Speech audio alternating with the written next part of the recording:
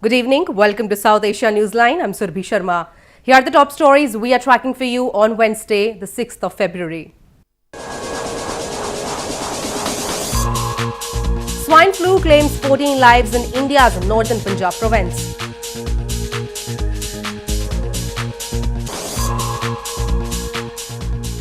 Anti-Pakistan protests held in London against illegal occupation of Pakistan-administered Kashmir.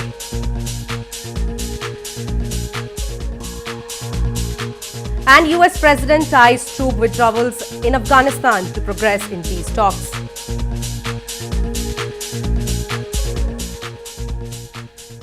And now for all the details. At least 14 people have died due to swine flu in India's northern Punjab province, with 36 people tested positive for the deadly virus. Special measures are being taken by authorities to tackle the outbreak in the province. At least 14 people have died due to swine flu in India's northern Punjab province, health authorities said on Wednesday. A health official in Ludhiana city said blood samples of 69 suspected patients were tested for swine flu, out of which 36 patients turned out to be positive. An alert has been issued by the Provincial Health Department to establish special swine flu wards for the patients in the hospitals. अभी तक 69 case suspected आ चुके हैं, जिनमें से 36 confirmed है और 6 की death हुई है। अगर आप out of district and out of state के पेशेंट मिलाते हो तो थोड़ा तादाद नंबर ज़्यादा आ जाएगा, और उसमें 14 की डेथ हो चुकी है अभी तक। तो इसको The symptoms of swine flu include high fever, cough, sore throat, body ache, nausea, vomiting and respiratory problems. The 2009 global outbreak of swine flu or H1N1 virus had claimed over 17,000 lives, including 2,725 in India between May 2009 and November 2010. An anti-Pakistan protest was held by activists on Tuesday in London to demand an end to Pakistan's illegal and forceful occupation of Pakistan-administered Kashmir. The protesters also highlighted atrocities being meted on innocent people in the region for voicing their concerns and demanding their rights. Activists held a protest outside 10 Downing Street in London on Tuesday against Pakistan's illegal occupation of Pakistan-administered Kashmir. The protesters shouted pro-freedom slogans blaming Pakistani security forces of enforced disappearance and extrajudicial killings of people in the illegally occupied territory. They also expressed concerns over Islamabad's discriminatory policies for the past 70 years and raised voice against exploitation of natural resources through so-called infrastructure projects in the region. Pakistan, which illegally annexed Pakistan-administered Kashmir 6 decades ago, continues to deny basic amenities to the people. However, it claims to have given autonomous rights to the region, but in reality treats it as its colony with no honor being accorded to residents. Pashtun activists recently held protests in Canada to condemn the killing of Arman Loni, a prominent leader of Pashtun Tahaffuz movement, by Pakistan security forces. Pashtuns have long blamed Pakistani military of widespread human rights violation in federally administered tribal areas and Balochistan.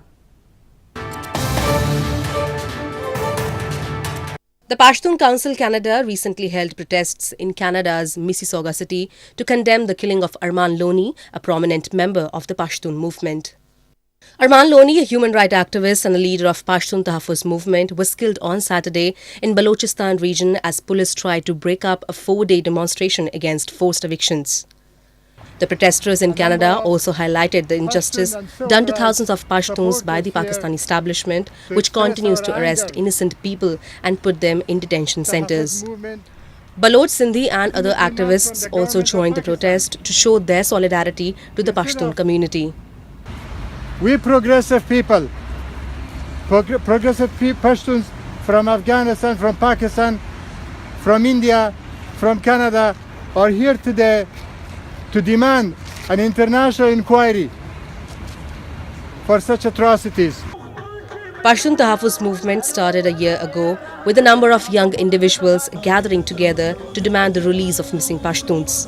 The Pashtuns have long blamed Pakistani security forces of widespread human rights violations, including enforced disappearances and extrajudicial killings in federally administered tribal areas and Balochistan. In news from Afghanistan, US President Donald Trump has said his administration is holding constructive talks with groups in Afghanistan, including with the Taliban, for peace and stability in the country. In his annual State of the Union address, Trump said he is not sure whether an agreement will be achieved, but he is aware the hour has come to at least try for peace.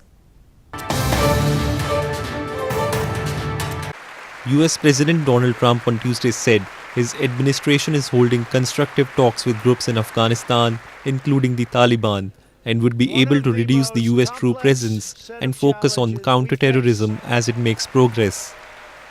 Trump, in his annual State of the Union address, said he is not sure whether an agreement will be achieved, but he's aware that after 2 decades of war, the hour has come to at least try for peace. The president in his speech also said that he has accelerated negotiations with the Taliban to reach a political settlement now.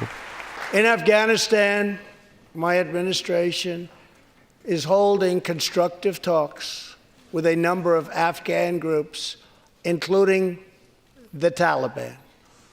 As we make progress in these negotiations, we will be able to reduce our troops' presence and focus on counter-terrorism, and we will indeed focus on counter-terrorism.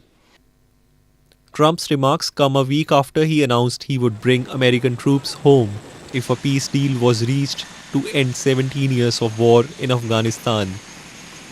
According to US Special Envoy Zalmay Khalilzad, the United States and the Taliban have sketched the outlines for an eventual peace accord, but there is no sign so far that the group has accepted key US demands. Meanwhile, talks for Afghan peace kicked off on Tuesday in Moscow, where former Afghan President Hamid Karzai and Taliban leadership took part. The talks come 10 days after peace negotiations between the United States and Taliban ended in Doha.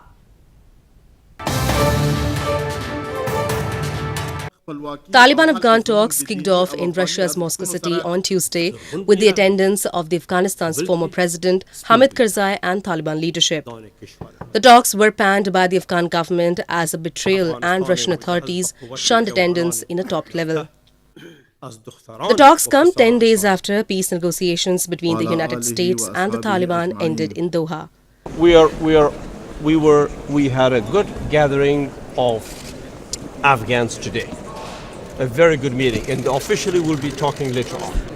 The push for peace comes as the Taliban, ousted by US-led forces in 2001, have staged near-daily attacks and are in control of or are contesting districts across nearly half the country.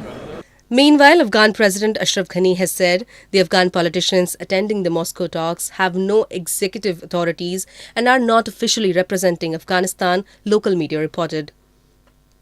Ghani said a peace deal with the Taliban will not be implemented unless there is a nationwide consensus. A 2-day-long annual Buddhist festival, Dosmoche, was recently celebrated in India's northern Leh region to mark the damnation of the evil. The festival was attended by locals as well as the tourists hailing from across the country and abroad.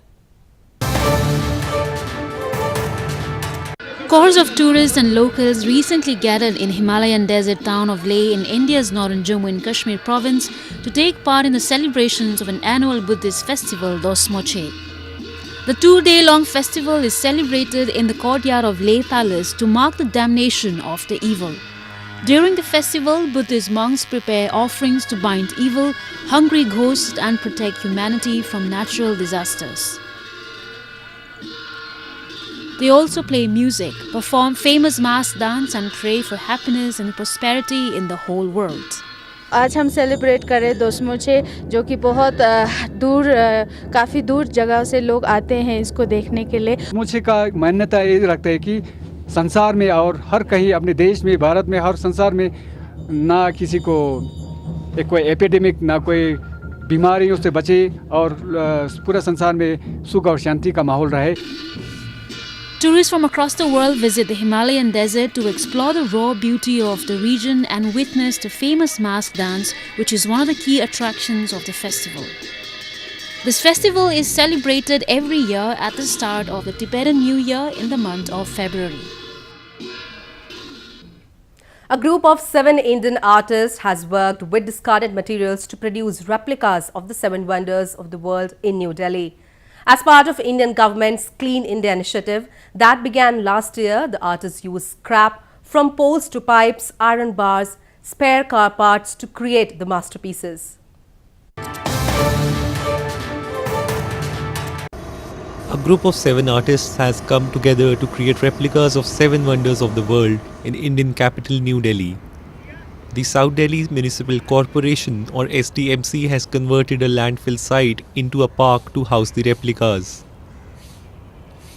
The park features replicas that include Taj Mahal, Christ the Redeemer statue in Brazil, the Great Pyramid of Giza, Rome's famous Colosseum, the Statue of Liberty, Eiffel Tower and the Leaning Tower of Pisa. तो दिल्ली में अभी आप देख रहे होंगे तो scraps बहुत ज़्यादा है और गाड़ियाँ कितनी सारी है, डे बाई डे कितनी निकलती है. तो उनका कुछ ऐसा प्लान था कि एसडीएमसी का कुछ ऐसा स्क्रैप जो बुरी जगह पड़ा हुआ है वो एक अच्छी जगह प्लेस हो जाए और लोगों को अवेयरनेस मिले कि हाँ यार ये कुछ अच्छी चीज़ हमने देखने के लिए एक पार्क वगैरह जो भी बना है वो सारा स्क्रैप से यूज़ हुआ है. मतलब वेस्ट वगैरह ये पड़ा रहता था. सो एसडीएमसी ने अच्छा प्लान किया, इस साइट में हम लोग का दिखाया था. सो ये वाला जगह पे अपने 7 वंडर्स बनाना है. The park, which is planned to run to natural energy such as solar panels and windmills, is expected to attract thousands of visitors.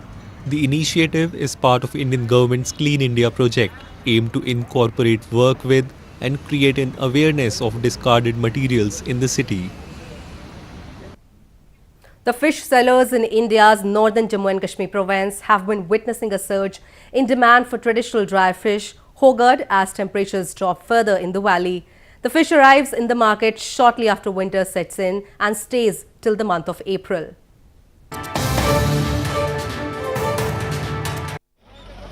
The fish sellers in India's northern Jammu and Kashmir province have been witnessing a surge in demand for traditional dry fish, hogared as temperatures drop further in the valley. People in the valley relish dry vegetables, smoked fish and wild herbs to cope with the extreme winters as they have longer shelf life and fresh vegetables are rarely available in the market. The dry fish arrives in the market shortly after winter sets in and stays till the month of April. It is rich in proteins and vitamins and especially helpful in curing flu, asthma and chest ailments. Kashmir में तकरीबन 3-4 महीने सर्दी का मौसम होता है, इसलिए यहाँ पर सूखी सब्जी, सूखी मच्छी खाते हैं इसलिए कि ताकि चेस्ट भी ठीक रहे और कभी कभार रास्ता भी बंद हो जाता है. उसकी वजह से हमें मतलब सब्जी का इंतज़ार नहीं करना पड़ता है. सूखी मछली तो यहाँ पहले से ही चलता है, ये यहाँ का बहुत पुराना रिवाज है. लोग यहाँ खाते हैं क्योंकि यहाँ मतलब वो बाकी सब्जियाँ थोड़ा शार्ट होती है, इस करके मछली लोग खाते हैं. Dried fish is an important part of Kashmir's rich cultural heritage. Kashmiri cuisine is incomplete without the dried and smoked fish in winters. The roads in the landlocked Jammu and Kashmir province also get blocked due to heavy snowfall, cutting off supply of essential commodities. Hence, residents stock up on dry foods which can be stored for 4 to 6 months to get them through the extreme winters. Well, that's the way it was in South Asia this evening. Before we conclude the top stories once again. Swine flu claims 14 lives in India's northern Punjab province.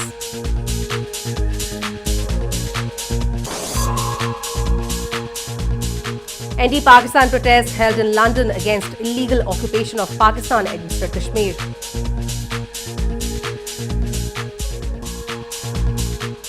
And US President ties troop withdrawals in Afghanistan to progress in peace talks.